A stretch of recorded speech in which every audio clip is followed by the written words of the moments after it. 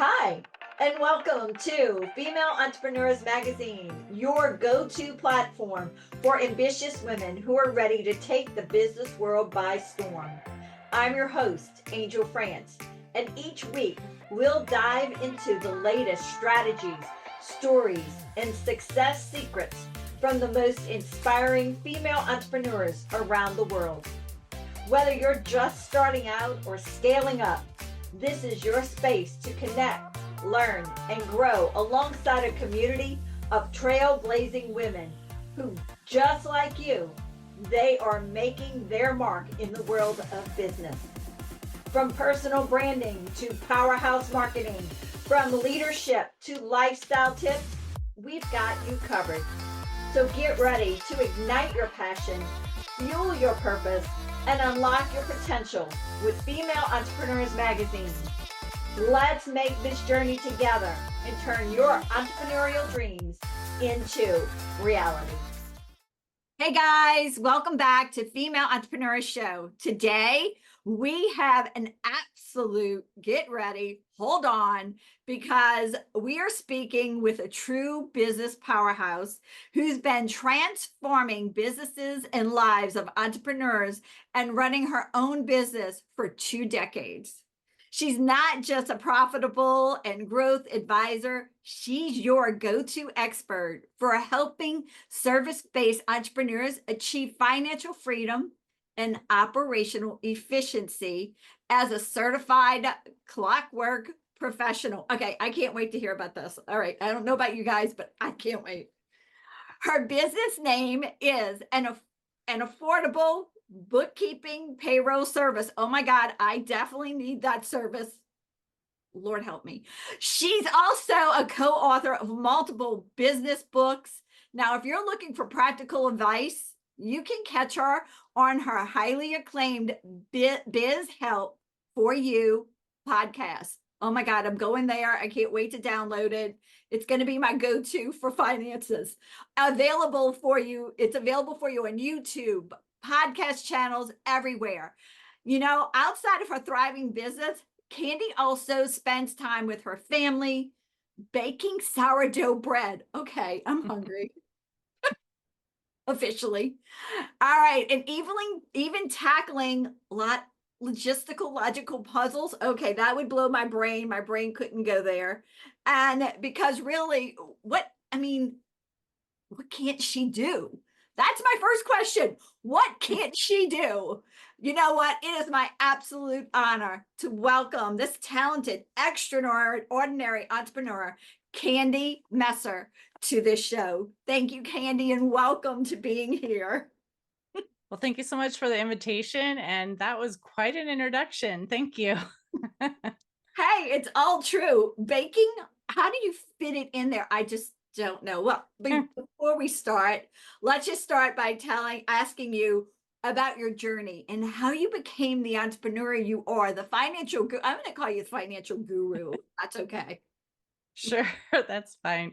I actually never intended to be a business owner. I went to school and I did major in business management. And of course, in business management, I did have to take some accounting courses. So I'd been exposed to it, but I was working basically retail management actually. And I had worked in that job for almost 9 years from the time that was my first real job, as a teenager. And then I stayed there through getting married and having children. And I just decided after my son was born, I didn't really want to go back into retail. And basically a few years later, after staying home with my kids, I was working as a full charge bookkeeper in a publishing company, and someone knew what I did. And she said, my husband has a business and he wants me to do his bookkeeping. I don't mind invoicing the clients. I don't mind paying the bills, but I hate reconciling. Will you please help me? And I was like, I'm not sure, you know. And she literally begged me for months. And finally I was like, okay, like I will help you. And then I had to buy the software and I had to get the business license and I had to have a home operating permit and all these things that were, going to cost me. And I was like, I need more customers to make it worth it because I'm going to spend too much just to get started. And so I worked basically the real job. A few days a week. I was working, I believe, 3 or 4 days at that time. And then I had a day off to spend with my children in their school. I volunteered and, did those things. And so then I had that day a week that I could go to a client location and do the work. And that's basically how I started. That was in 2002. And like I said, now here we are, 2024. And so I now have staff. I've got 10 employees currently, and we are now a fully remote team. And my staff is now in 6 states, where I started in California in an office. Now we're spread in different places. And that's been really a fun journey to go along with too, to be able to make that dream possible for other people to be able to work from home, care for their children, things like that too. That is awesome. Oh my God. So it this wasn't expected. It just you have to be open. When you become an Mhm. entrepreneur, don't you feel like you have to be open to what's in front of you? Mhm. I think I would call myself kind of that accidental entrepreneur, because I never thought that that would be something I would do. And when I had started helping these couple people on the side, I still had that real job, I quote unquote the real job. And my husband finally said, you should quit your job and just focus on your business because you're good at it. People love what you're doing. But that was a scary thing, to give up a guaranteed paycheck, right? I was now going to have to work and be really good at what I did and find the customers that needed the service. And, it was one thing to have someone come to me and say help, but to find additional customers, I had never marketed anything before. I had to sell myself like that before. And so that was a bit scary. But of course, I took my husband's advice, and now, like I said, I'm very thankful I did. But at first, I was like, I don't want to quit my job, you know, but he was wise. Yes, because I mean, I don't know, as a woman, I mean, I know I loved security, so I used to do the same Hmm. thing. Hmm. Opportunities would open and you go, "Oh, but why?" Hmm. Yeah. All right. So I think you have another opportunity that just came to you. Can you tell us about that opportunity? And I think they match and they pair so perfectly because you're dealing with all these people who are in business or entrepreneurs, and we don't take time. I want to hear Hmm. about this, what you're doing. I'm excited for you. Go for it.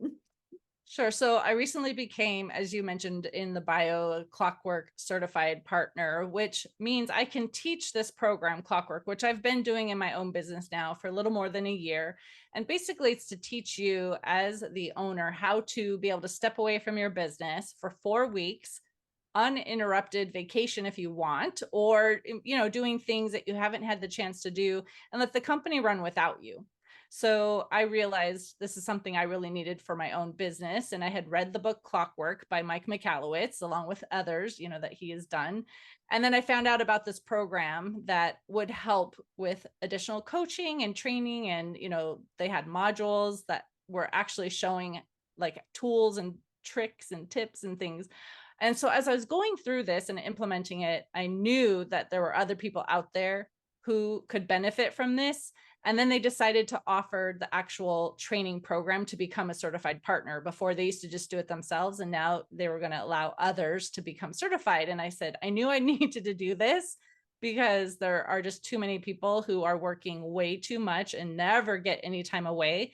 They might technically take a vacation, but they're working on vacation, and so I know that there's so many out there that could benefit from this. And so not only do I, yes, want to give peace of mind and handle the finances, but I also want to give the freedom to take time away, whether it's, just enjoying some downtime and not even going on a vacation, or maybe you have family issues that arise and you need to be able to step away and not stress about the fact that the company needs you.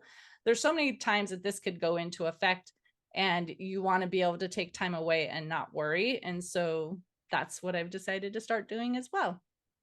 I love it. That is perfect. That is something, like I said, it marries very well. It really does. Because I don't know about you, but I mean, I sometimes can work like 16 hours a day.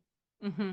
And I Yes. just get like, oh, and my brain starts going and I just get 16 hours a day in and I'm like, okay, and then go to sleep and wake up and start again. But 4 weeks sounds really good.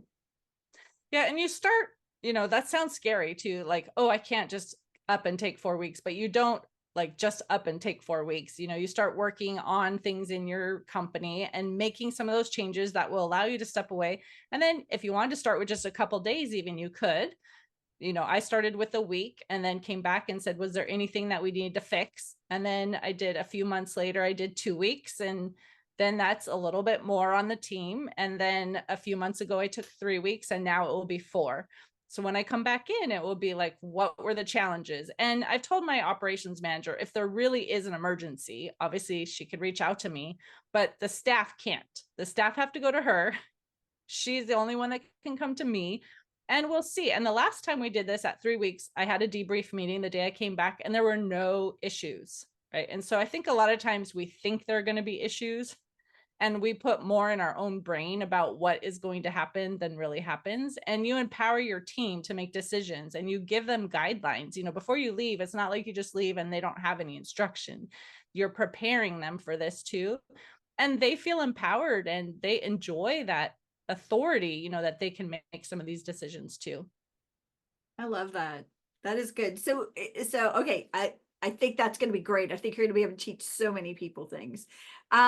Bookkeeping. Let's go back to bookkeeping business. What all do you exactly offer to businesses and entrepreneurs?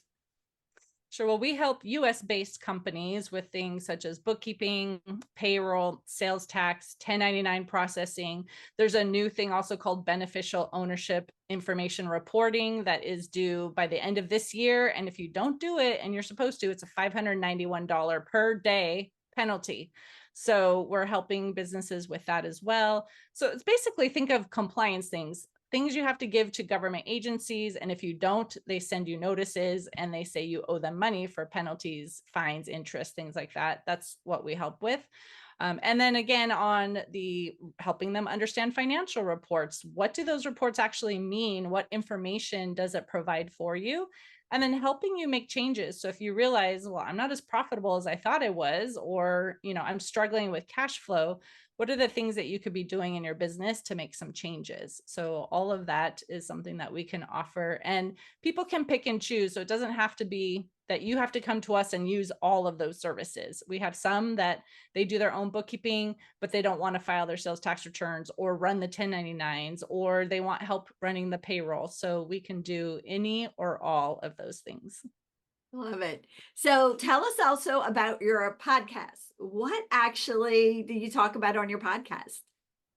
Sure. My podcast is called Biz Help For You, as you mentioned. And my goal really is to help the entrepreneurs be successful, because too many will start, they have a passion, maybe a dream, or during COVID, there was a necessity, to start a business, and they don't always know what they don't know. And again, if you get these notices that you were supposed to have a business license, you were supposed to have paid estimated tax payments, and you didn't, and now you're penalized.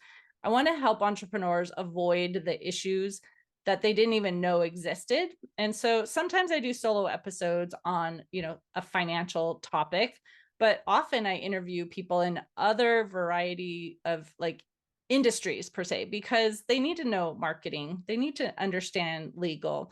They need to understand all of these different things, leadership, that will help them be more successful. And so that is what I do on my show. We air twice a week on Tuesdays and Fridays. And really, it's to keep those entrepreneurs operating successful businesses. As I said, too many fail. The statistic that I heard most recently was less than 33% of businesses are still in operation 10 years after they start. And those that began during COVID, 50% have failed. And that is a huge number, and I want to change that. Wow. Love it.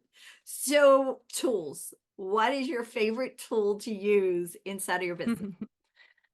So we have a lot of clients with a lot of different things that need to be done, filing due dates. So we use a project management system. The one we use is Teamwork, but there's so many out there that you could use. And it helps us keep track of everything that needs to be done for every client, whether it's running payroll every 2 weeks for someone, or maybe someone else's once a month for a certain task. Sales tax, needs to be filed in certain states on certain dates. So it really keeps everything in one place for us, and we can assign tasks to employees. and we can put our own private things in there too. So if there are certain things that I need to do and no one else needs to see it, I can add that and only I will see it. But if we need something that everyone can see, contact information if needed, all of it could be in one place. And so it makes it very efficient. Wow. I need efficiency. I think teamwork might be my new thing that I'm going to try. I love it. All right. Can you share with me what you would tell your 18-year-old self today? Well, I would say, first of all, it is not a scary thing to become an entrepreneur, right? Like I didn't have to think I had to have that guaranteed paycheck. So I think that would be one thing. Another thing would be you don't have to work in an office, right? So when I first, worked from home originally, I was going to client locations, but then when I was going to increase my business, I opened an office and I was leaving, early in the morning. My children were at home and I was going to the office. And looking back now, I could have still had boundaries around I still need to work, but I could have been in my own home. But that wasn't as well known back then, right? Not very many people actually were able to work from home 22 years ago, But knowing that now, right, that it was a possibility, I could have probably tried to work something out. And if I needed to meet a client, I could meet somewhere. It didn't have to be at my home. But I would say that I think that's one of the things that I would have told myself, you can do that. And be strong in terms of holding boundaries, right? Because I allowed clients at first to kind of dictate how I was doing things in my business. And I was having to learn to stand up for myself, let's say, to some of them that were used to doing certain things a certain way or expecting certain things or, thinking that they were the only client and I should drop everything to help them, So I would say just have boundaries that you want to have upheld. And it's okay if someone doesn't want to, follow those boundaries. You just don't have to work with them, and understanding that you are good enough, right? A lot of times we compare ourselves to other people, imposter syndrome, right? We all go through it, but you are good enough. I love it. I love it. You bringing up such a very good, important point because we need to have a value system around our time. Mm-hmm. So we need to make boundaries as an entrepreneur saying, I only am going to do this from this time to this time, and I'm not going to let a client dictate how I'm going to function through that. Mm-hmm.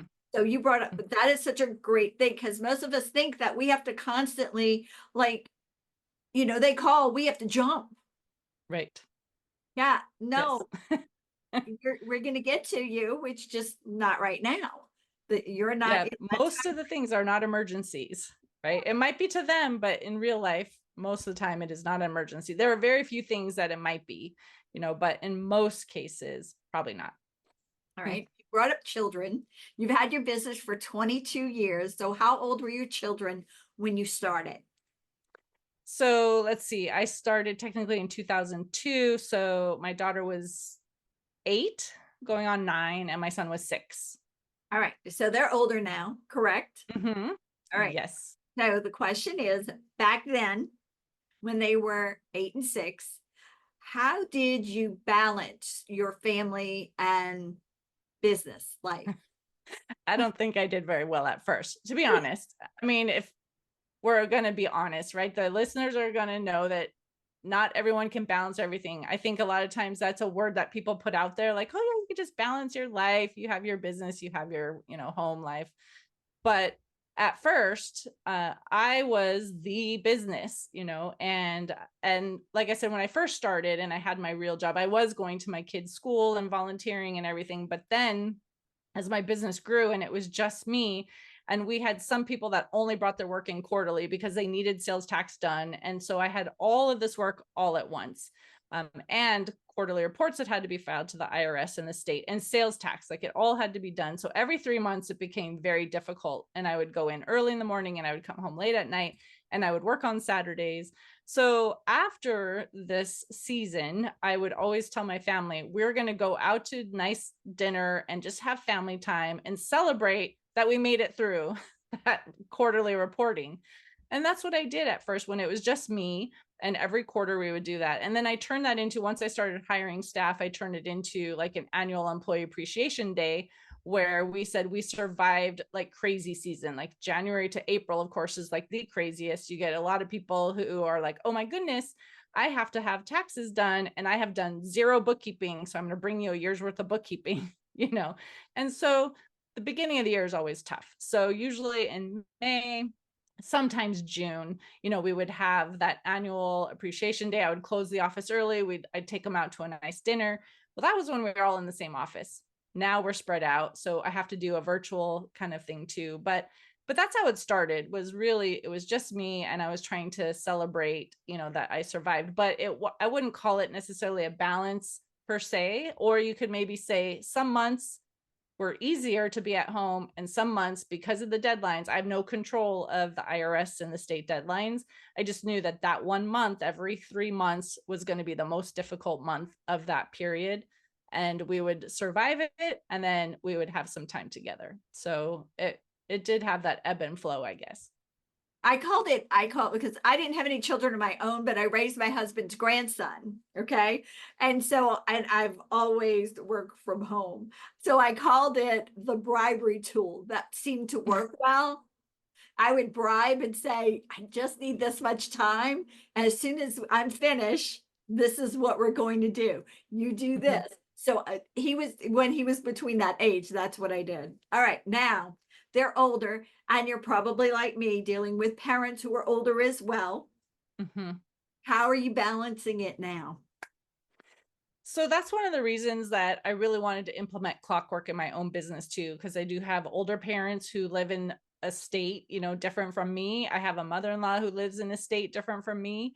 And if something were to happen, I want to be able to drop anything and everything to be able to help, you know, whether it's something that they just need some medical care and they need me to be there to help, or, you know, unfortunately, we all are going to face when we lose a family member and I have to go through, you know, all of that. And I'm actually the executive of my parents' estate as well too. So I'm going to be the one handling all the paperwork and all the stuff, you know, and I need to be able to have time to do that. So that's already kind of in the plans, right? And working on that, which is why I want to be able to have my company run without me. So if something happens and I get a call, I could tell my staff, I am not available.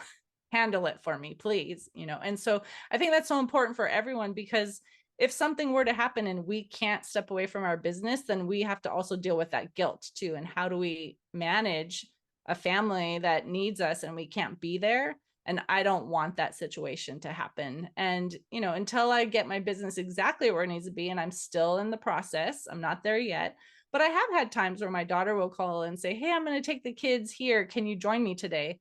And I already have things on the calendar that are set, you know, they're podcast recordings or meetings with clients. And I have to say, I can't do that today, you know, and I want to be able to change that at some point where I have the more freedom than I currently do. It's a work in progress, but I know I'm going to get there, and I'm excited for when that will happen, so that if I am needed, I'm not going to feel guilty. The business isn't going to suffer, and I can be there for the family. Well, I'm excited. You're going to be able to teach me and everybody else that too. Happy to do it. No, definitely. Because that is something, I mean, we had a hurricane last week here. I'm in the South, right? Mhm. And so, I had people over. Mhm. Yeah, so it was a little crazy Yeah, between working unexpectedly. and yeah. Between working and that, and my parents didn't leave, so on the phone with them, "Are you okay? Do you still have electricity?" Things like that. Mhm. So, yeah, little crazy pants, so I totally understand that. All right, talking about, so yeah, my superpowers is the key, correct? All of those superpowers. So if you were to pick a superpower for one day, what would it be?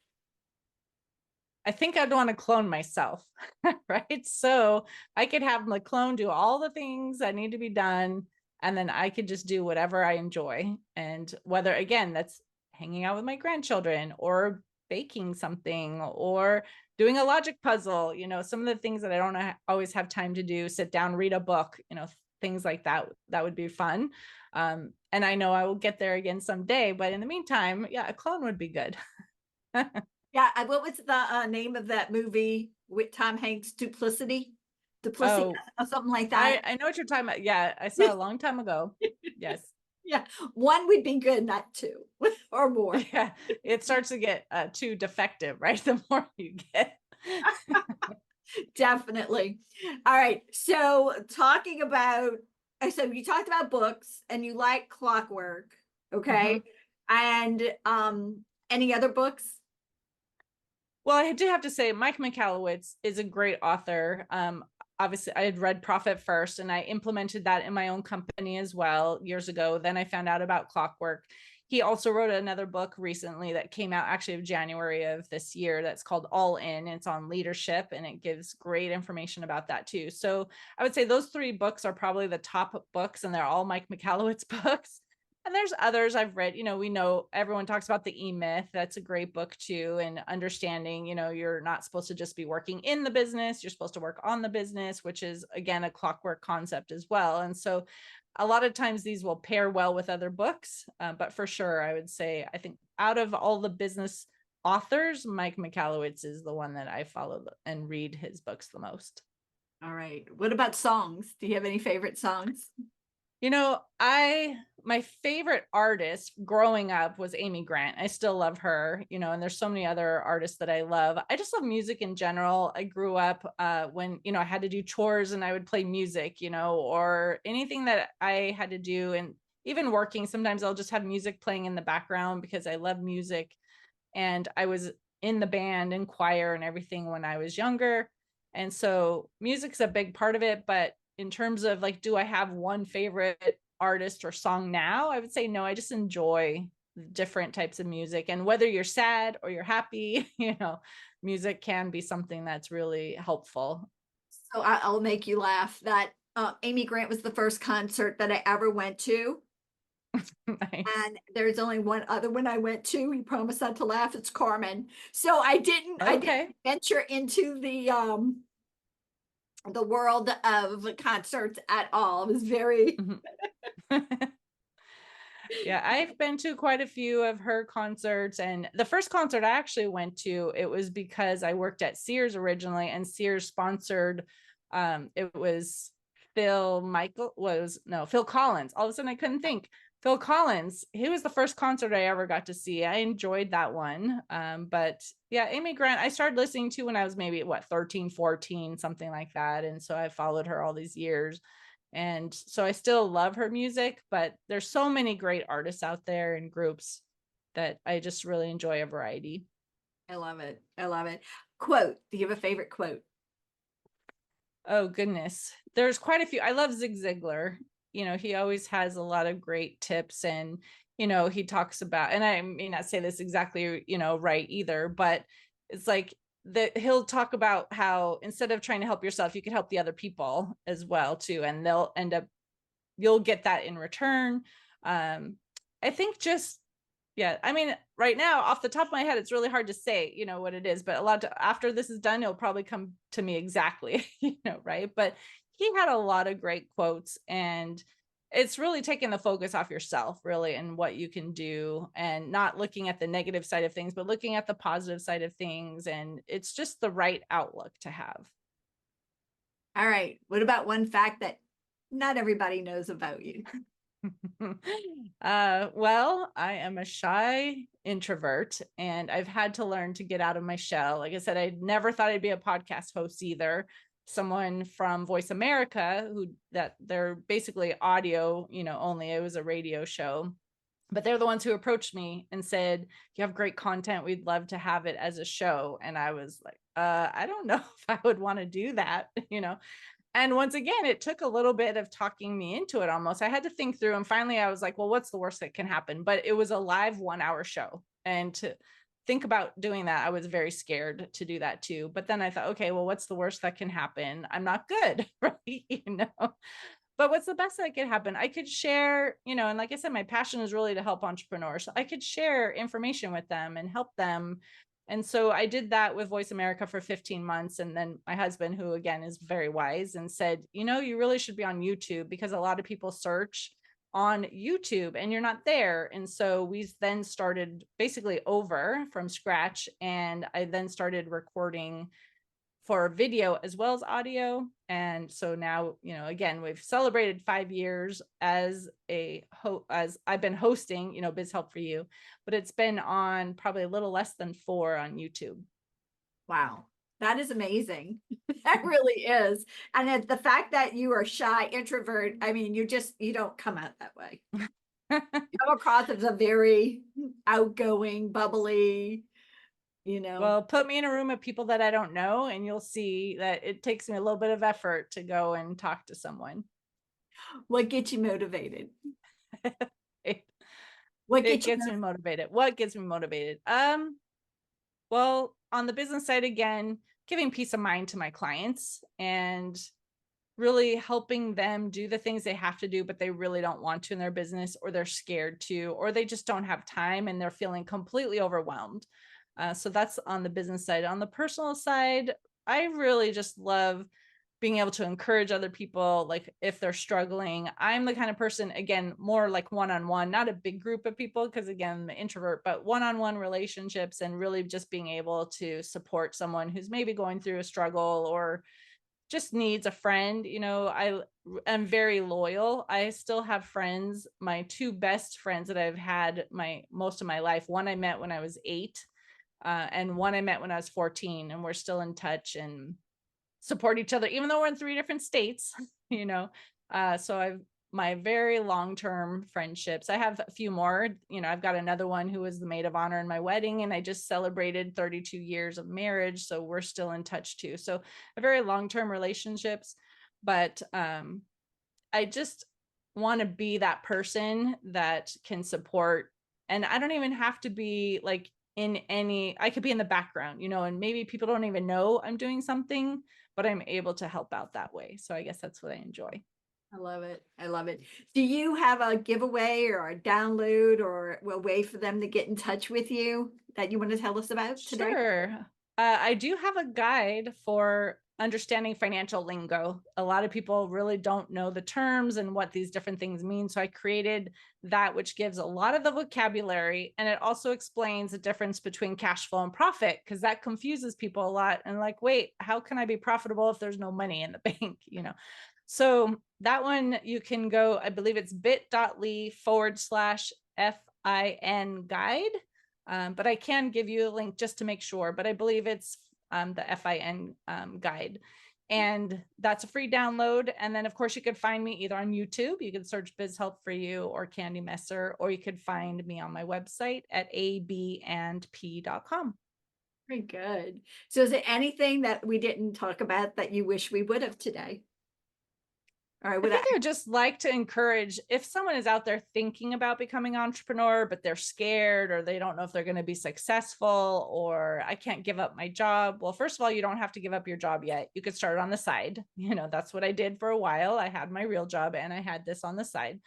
But it doesn't hurt to start. Like, what's the worst that can happen, right? The worst that can happen is in the long run, it doesn't work the way you thought. But that's okay. Like, we can all learn from our experiences too, but you might be surprised and you'll find out that you could be running a very successful company.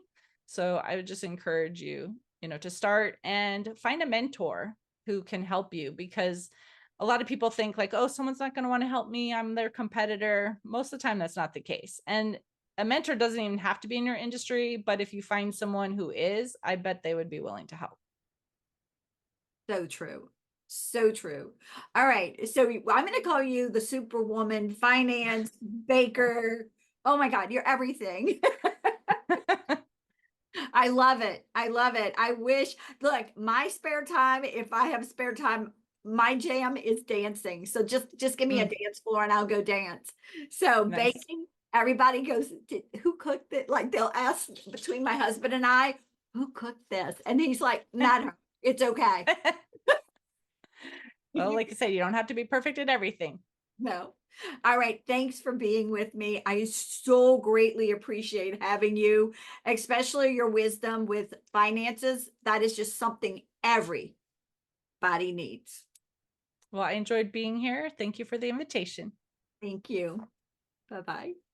Thank you so much for tuning in to this episode of Female Entrepreneurs Magazine.